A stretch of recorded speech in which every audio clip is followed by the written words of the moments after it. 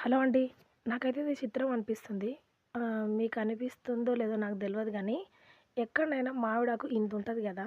ఇప్పుడు నేను చేతిలో మామిడాకు పట్టుకుంటే ఆకు కనిపిస్తుంది. నా చెయ్యి కనిపిస్తుంది గదా! అదే ఇప్పుడు నేను చూపించబోయే మామిడాకు చూస్తే అసలు నా చెయ్యే కనిపియదు. అంత పెద్ద నా చేతి కంటే గూడా చాలా పెద్దగుంది చూడండి.